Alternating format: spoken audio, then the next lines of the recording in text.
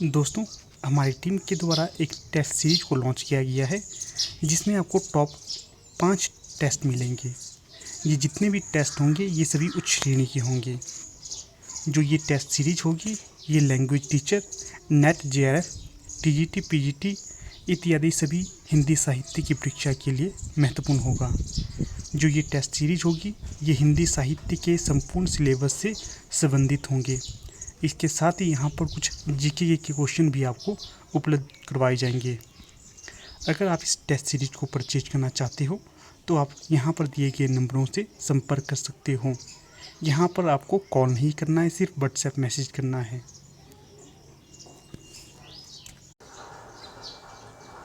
अगला क्वेश्चन पूछा गया है, दोहा और रोला छंदों के मिश्रण से कौन सा छंद बनता है? तो जो दोहा और रोला छंद है इनके द्वारा कुंडलीय छंद बनता है। याद रखिएगा, ये क्वेश्चन इम्पॉर्टेंट है। यहाँ पर जो सही विकल्प सी रहेगा। अगला क्वेश्चन है, ऑन द सबलाइन नामक रचना किसकी है?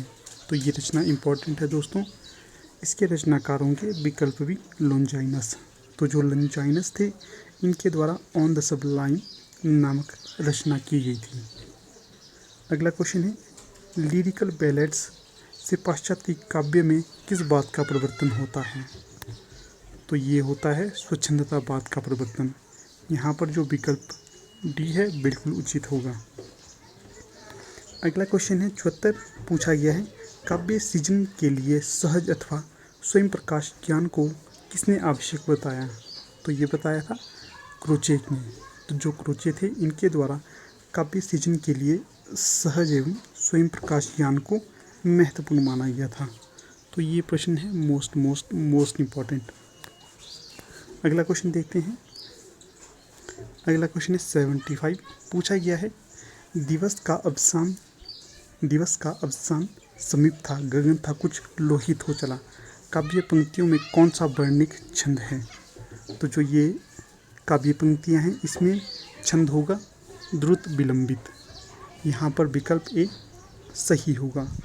तो जो ये पंक्तियाँ हैं ये हरि और जी की पंक्तियाँ हैं, प्रिय प्रवाह से ली गई हैं। इम्पॉर्टेंट रहेगा प्रश्न ये भी। अगला क्वेश्चन है 76, पूछा गया है, निम्नलिखित में से मम्मटकृत ग्रंथ कौन सा है? तो जो मम्मट के द्वारा ग्रंथ लिखा गया है ये लिखा गया है विकल्प सी, काव्य प्रकाश। अगला क्वेश्चन है 77, पूछा गया है, मुख्यार्थ बाधा किस शब्द शक्ति का लक्षण है? तो जो मुख्यार्थ बाधा है यह लक्षण शब्द शक्ति का लक्षण होगा। अगला क्वेश्चन है 78, पूछा गया है, पहरे श्यामना पीत पट घन में बिज्जू बिलमस, इस पंक्ति में कौन सा अलंकार होगा? तो यहाँ पर अलंकार रहेगा अपनहोती अलंकार, डी सही विकल्प रहेगा। अगला क्वेश्चन है 79, पूछा गया है, लॉन्जाइनस ने उद्दात के कितने स्रोतों का उल्लेख किया है? तो जो लॉन्जाइनस के द्वारा उद्दात के स्रोतों का उल्लेख किया गया है यह 5 होंगे। यहाँ पर सी सही विकल्प रहेगा। दोस्तों, अगर वीडियो अच्छी लगती है तो इसे लाइक, शेयर और चैनल को सब्सक्राइब अवश्य कीजिएगा। अगला क्वेश्चन है 80, पूछा गया है, उत्तरी नहाए जमुन जल जो शरीर समश्याम, काव्य पंक्ति में कौन सा अलंकार होगा? तो यहाँ पर अलंकार होगा विकल्प द, प्रतीप अलंकार।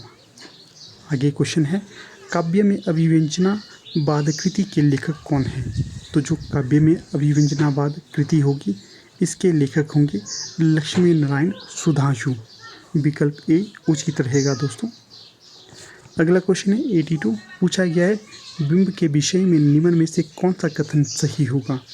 तो जो बिंब के विषय में निम्न में से सही कथन होगा तो वो होगा विकल्प द, बिंबों द्वारा मूर्त को भाव रूप और भाव को मूर्त रूप दिया जाता है, डी सही विकल्प रहेगा।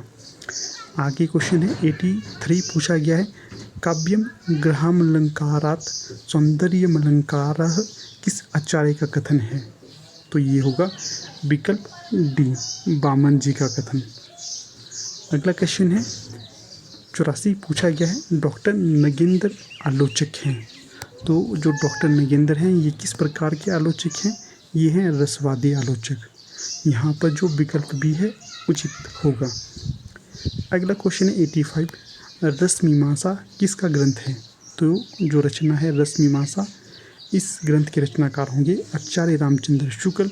यहाँ पर जो विकल्प ए है उचित होगा। अगला क्वेश्चन है 86, पूछा गया है विवेचन सिद्धांत के प्रतिपादक कौन है?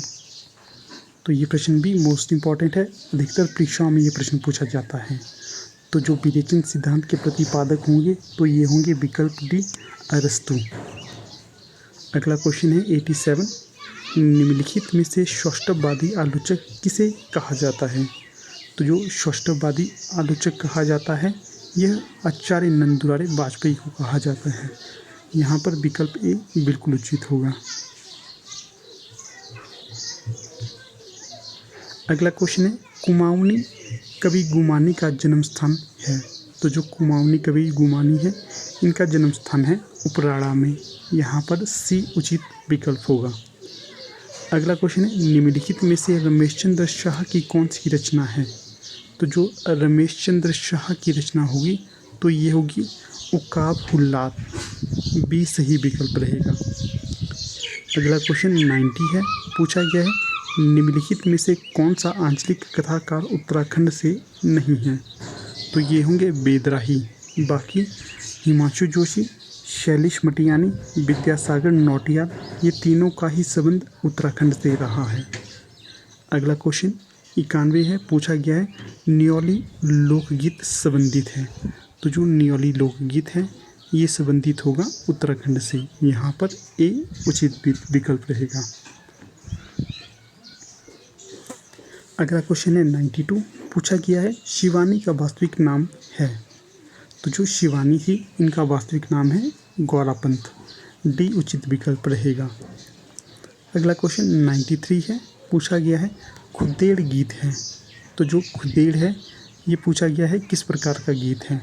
तो यह बिरह गीत होगा। यहाँ पर ए सही विकल्प रहेगा। अगला जो क्वेश्चन 94 है, पूछा गया है बुरांश कविता के रचयिता कौन है? तो ये प्रश्न भी मोस्ट इम्पॉर्टेंट है। तो जो बुरांश कविता के रचयिता हैं ये होंगे सुमित्रा नंदन पंत। यहाँ पर बी सही विकल्प रहेगा। अगला क्वेश्चन 95 है, पूछा गया है निम्नलिखित में से कौन सी कविता शेरसिंह अनपढ़ की है? तो जो शेरसिंह अनपढ़ की कविता होगी तो ये होगी विकल्प ए, मुर्दाक बयान। अगला क्वेश्चन है 96, पूछा गया है पहाड़ पर लालटेन के कवि कौन हैं?